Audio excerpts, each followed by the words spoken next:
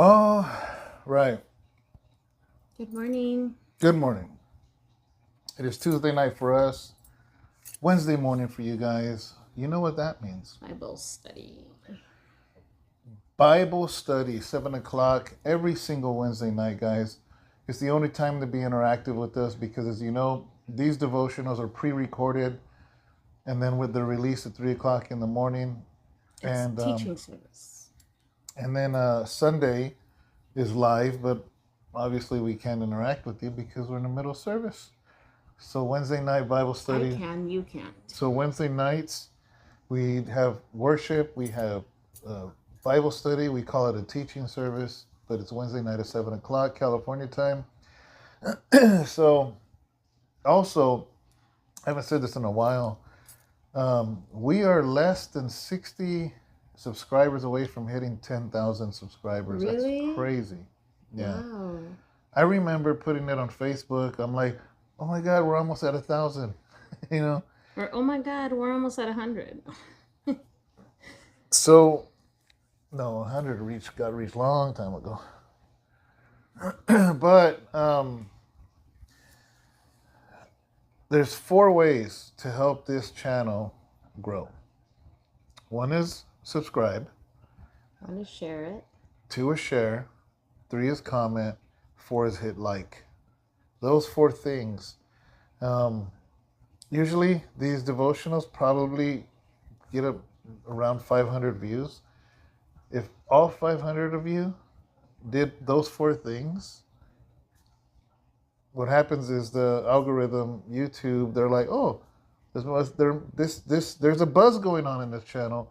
Let's send it to other people that like Christian content, you know. So, you know, I realized that I really gave it a lot of thought is that the reason why a lot of the newer channels kind of go viral so fast and everything, it's because they're newer channels, and I guess the reason why they get such a big buzz and everything, it's because brand new channels kind of like the moment they get out there, people immediately start liking and everything. And a lot of established channels that have been around for so long already, it's like they're already established, so it's like it's not like they're it's like a brand new thing that's already is just, you know. And well, and somebody told me that because it's harder for channels that have been around for a really long time to start a new algorithm or to start with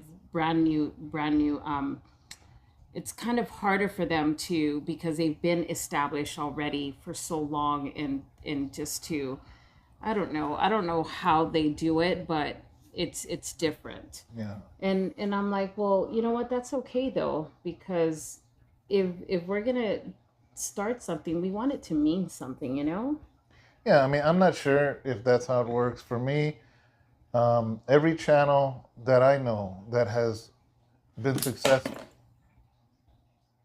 I'm sorry guys, They don't even know what happened. I dropped something. But see, there wouldn't be no excitement if I wasn't here. Every time I come on here, That there's wasn't always... exciting. That was just something falling. I know, but I kind of bring some type of excitement onto the channel at least. So, I'm not sure if that's accurate or not because every channel that I have seen that all of a sudden it popped out of nowhere for me, they've been around for years. A lot of them, they all say when they hit 10,000, then something happens. Oh, And, really? yeah, and then it hits again when they hit 100,000, which is like, I don't know. Well, then I guess we'll find out once we hit 10,000, right? Yeah, I guess we'll find out. So, Guys, let's find yeah, out. because there's channels where I'm like, oh man, this is a cool new channel, and they've been around for 5 years. It's just that by the time the algorithm let us know, it's new to us. Oh. Well, So, then I guess whoever told me that just didn't know nothing. yeah, I don't know. Pues, quién sabe? So, anyways, guys, do those things if you want to help this channel out, guys, and it'll be a blessing. It'll be a blessing for us. Like, like in church service, they say, "Oh, pass the plate, for an offering or whatever. Well, we have a virtual plate we're passing, and you know what you can throw in it instead of money is you throw a like, you throw in a comment, you throw in a subscribe, and you throw in some shares. That's how you tithe on YouTube. Pues okay. So anyways, guys, oh look, I'm passing right now. Look, drop it in. Drop your like in here. Drop a grape. Drop your like. Drop a grape. Well, wait a second. Drop a like. Sharon went off our Safeway to get fruit. And I'm like, I don't want nothing. And I brought him some grapes. She brought me grapes because I love grapes. Anyways, guys, when we were in Lake Tahoe, there was a video, or right before that I showed you. Right? Yeah, it was before that. And then I think it was like the day of, and then we left. So it was of this little village somewhere in Africa, I'm guessing. And, Sharon loves worship. I sent it to her. I'm not sure who sent it to me. Somebody sent it to me, but I sent it to you. Well, it looks like I seen it. Was it God, who posted it? Was it Adam or I sent it to you. No, I know, but somebody, you seen it posted by somebody. I think it was Adam or somebody had Probably. posted it. Yeah. No, No. Josh, Joshua in Vegas. Wine Coop, yes. Yeah, had he did. posted That's it. right. Yeah. And then you sent it to me, and then I shared it because it kind of made me feel like, last month I ended up actually posting an ad in a worship this worship group or worship page group, and it's where a lot of worship musicians actually come together from many different countries and states and cities and everything. And what they do is they just network for different worship musicians. And I actually posted an ad, and I said, hey, listen, we're a spirit-filled church who is looking for true worship musicians who just want to worship from their heart, with all their heart. And I was looking for a keyboard player, a drummer, some more a bass player, and and possibly just anybody who has any type of instrumental experience, and just anybody who would want to respond to that. Obviously we can't pay anybody, but just anybody who would love to just worship from their heart and just want to join a place of worship that just loves Jesus and wants to just worship Jesus. And it's amazing to me because I really didn't get any response, but just maybe one response from somebody is crazy, because I did get one response from somebody all the way in Africa though. And that was it. And I haven't heard anything from anybody else.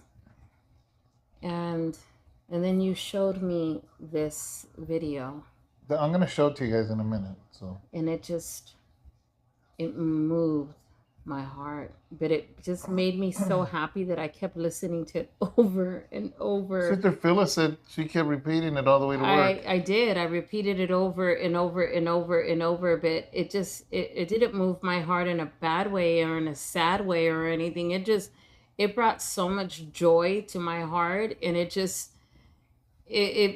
I was like dancing along to it, and it just made me so happy and everything. But at the same time, it's like it made me feel like shame on us, shame on us, to where I just kind of feel like, here we are that we can't even, it's like we can't even find commitment.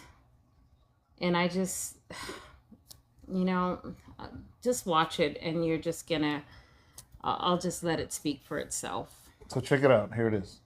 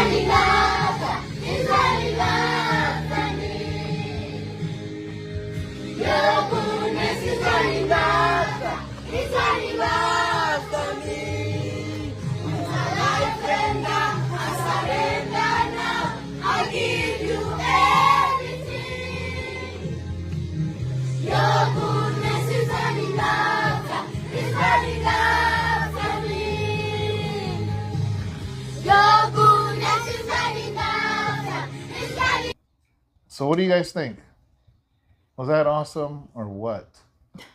Did you see that little boy rocking out to the stick On the guitar? on the guitar? Yeah. And then you see the little boy on a piece of wood keyboard. Like a box or something. Yes.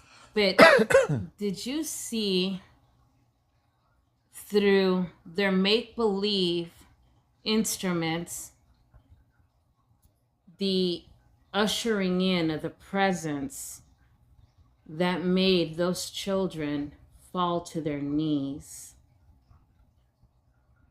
It's like, the thing is that even though to them they were make-believing instruments, but the ushering was so real. You know? Mm-hmm. It's like, it was real, guys. Yeah. It was all real to them because their knees buckled and they fell to the presence of Jesus. Because sometimes you don't even need instruments, you don't need anything but to just believe. And man, that there is commitment. That there is true worship. That is true worship.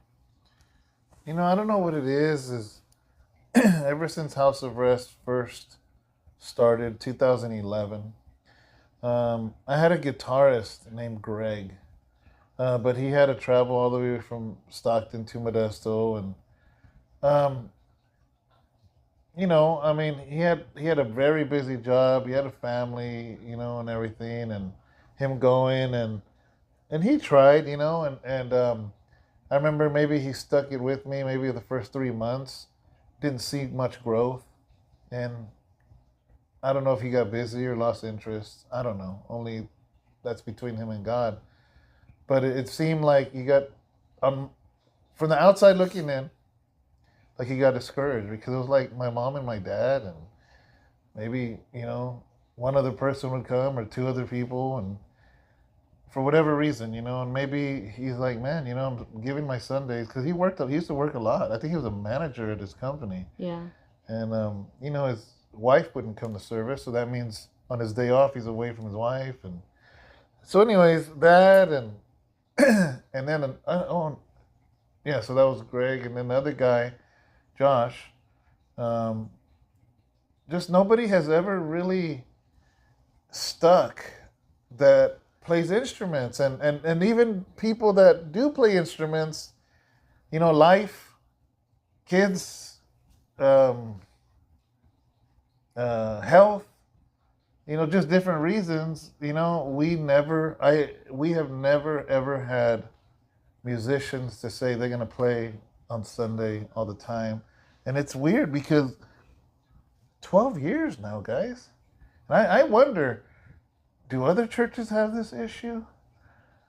Or what? I don't know what it is, but for me watching that video, it was beautiful. It was beautiful to watch.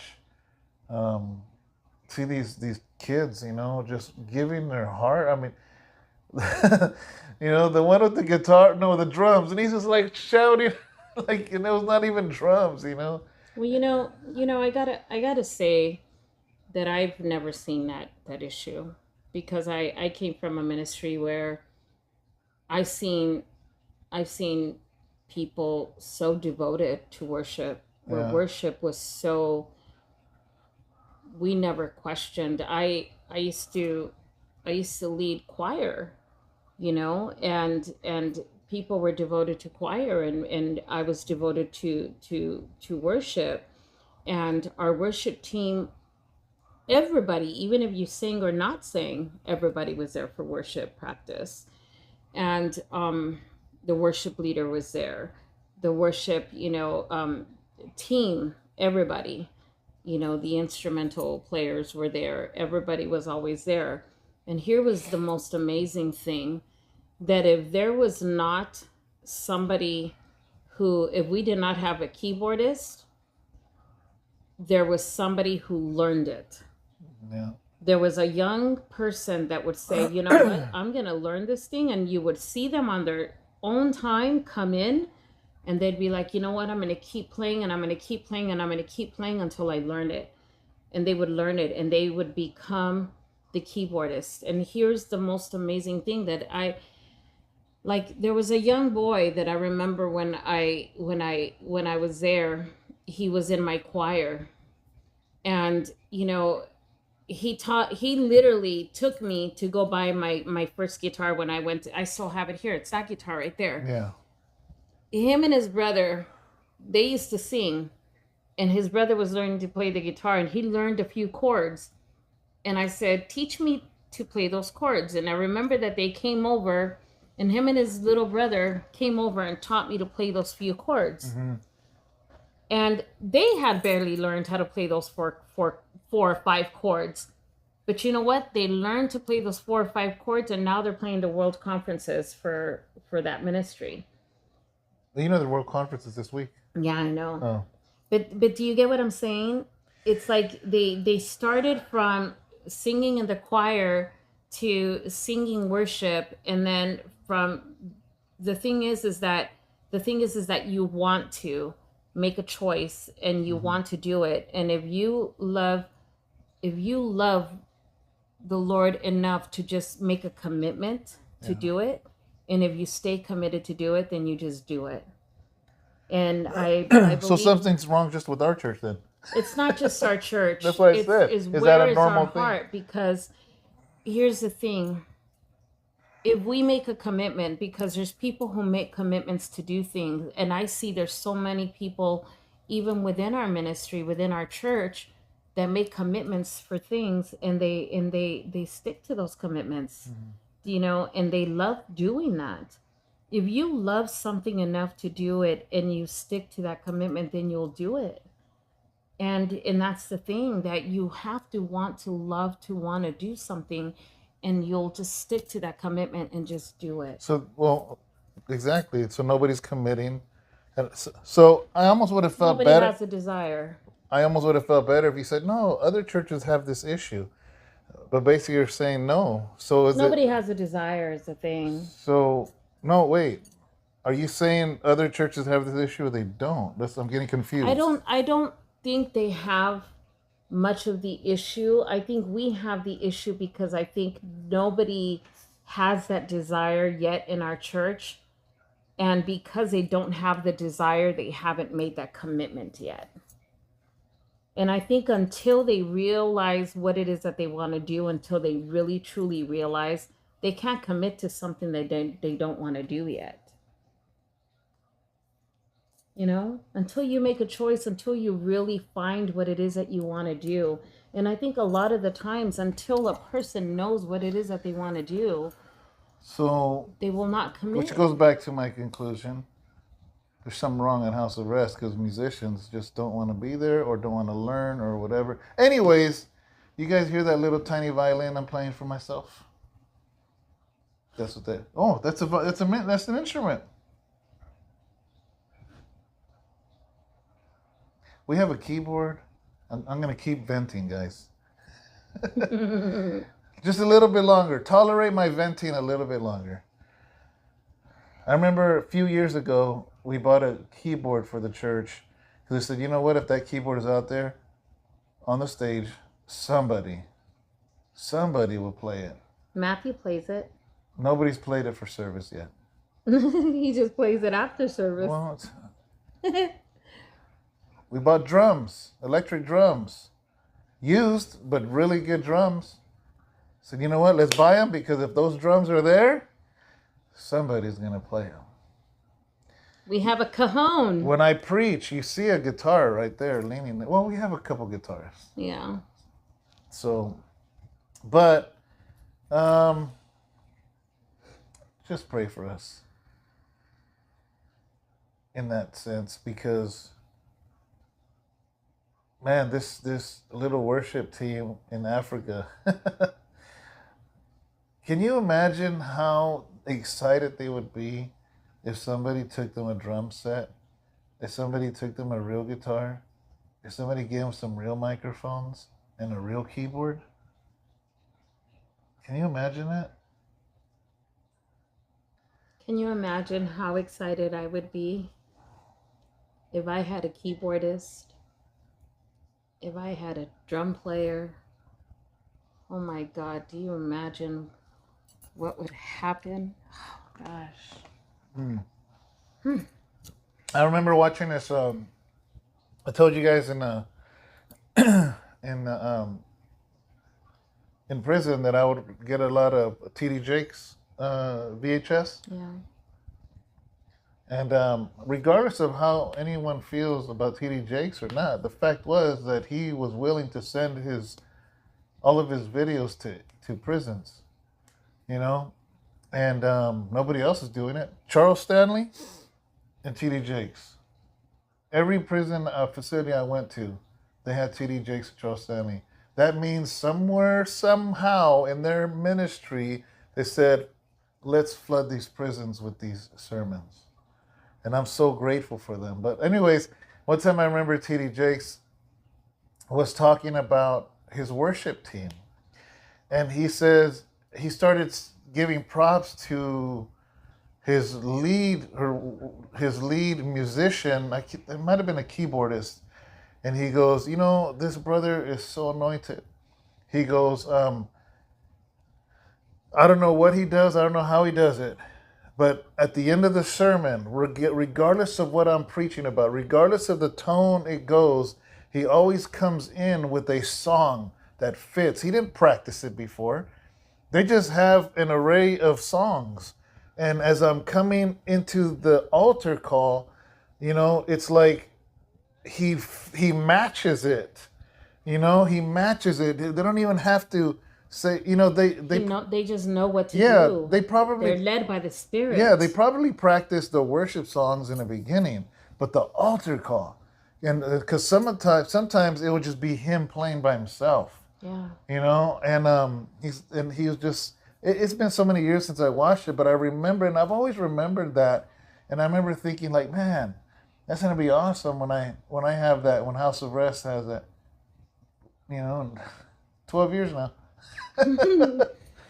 You know, but You know, I get what he's saying, guys. I really do, because I think it's there's those moments when I just kind of feel like sometimes the Spirit will be moving, and then an altar call song will just stop, yeah, I'm like, and we'll just stop, and sometimes I just, if some one of the altar call, person or somebody that's singing it just has not learned how to work the multi-tracks yet or something, doesn't know how to loop something. And I'm like, oh my God, just I hope they loop it. I hope they loop it. I hope they loop it. And I'm thinking in my mind, I hope they loop it. I hope they loop it. Don't stop it. Don't stop it. Don't stop it.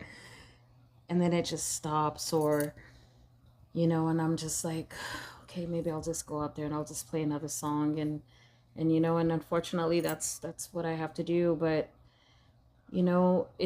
it's a learning curve for all of us, and but I know that the Lord's gonna open up the doors. I know that He is, and we just got to keep praying. And I know that the Lord's gonna. I know He's gonna bring the right people. Um, I know that He is, babe. I really do know that He is, and it's not in our timing. I know that it's in His timing. I also know that it's really important for us to have the right person behind the keyboard, the right person behind the drums, you know, um, the right person behind the guitars, the right person, behind, you know, um, the Bass. worship singers. It's important because, I really believe that House of Rest is a very special, it's a very special home. It's a very special home, and I believe that God's called us to do something very, very special, for the kingdom. And we're not called to compromise in any way. And and I think that the person that He puts behind each instrument has to be very hand chosen by only the Lord and not by us. So I think we just have to be patient. I Yeah. really believe that. Amen. So, guys, I'm not gonna rush, and I know that I know sometimes you want things a certain way and everything, but I think that He has really been very selective with our wonderful brothers and sisters that He has there now. Mm. And I'm blessed with the amazing team that we have now, and they're all growing so tremendously. And the most beautiful thing that He has done right now is that He has built such a solid foundation Yeah. in their walks, which is the most important thing. Because He has given them such a solid foundation, it has given them the ability to go up there and for them to be able to minister in music, in worship in such a beautiful way, which is from their heart. Because we have always said that we want a team that worships from their heart. It's that heart of worship, and that's what they give, is a heart of worship. We don't want somebody that has just karaoke experience, or that has just a beautiful voice or anything like that. We want a heart of worship, and every single person that is up there, man, they have that heart of worship. Yeah. Their foundation is solid in who they are in Christ, because they are they know their identity in Christ, you know and Yeah. I'm just so happy with everybody that we have there right now. Amen. Yeah. So first, I was going to talk about a verse because I thought I was going to do the devotional by myself. I'm going to say that verse on here because that way I can remember later, because I'll forget. Okay. I'll do it on another You day. sure you just want me to send it to you? Oh, well, I'm going to have to say it. Okay. I was going to read out of 2nd John. Where's it at? Oh, 2nd John, verse 6 and 7. That's for later, guys. No, there's only one chapter, so verse 6 and 7. Okay. Weird, huh? 'Cause there's no chapter. Okay. So, I wanted to talk about that maybe on another day. And but when Sharon said she would do today's, I've been holding that little video for a week now, almost, of the kids, Yeah. that are worshiping. I've been just holding on to it and stuff, and I'm just like, when she said she was gonna do it, I was like, she was wanting to talk about it. And I said, well, I got that video waiting on you. So but yeah, make sure you come to Bible study. um Is I that it? Yeah, That's all why? you wanted to talk about? Yeah, why? Oh, I thought you had something else. What do you mean? It's already 28 minutes and I it's thought there was more. I don't get it. It's beautiful. I think it's such a beautiful subject. Worship. Yeah. Yeah. Worship with all your heart. Yeah. So guys, meet us for Bible study. I do have a video that you've probably seen that's gonna premiere. It was me and Cholo Trucker. We finally announced the date, for the ride. A lot of people have been, not a lot, I'm gonna be honest with you. A handful of people have been asking the date. A multitude of people have been. Of their special event, guys. I don't know what's that mean. I don't know what that meant. What? You guys just hijacked the whole event. What do you mean we hijacked it? We announcing the date. Okay. Somebody's got to announce the date. Do I get a Muppet to do it? Do I get Johnny to do it? Alcala? Somebody's got to announce the date. Anyways, the dates.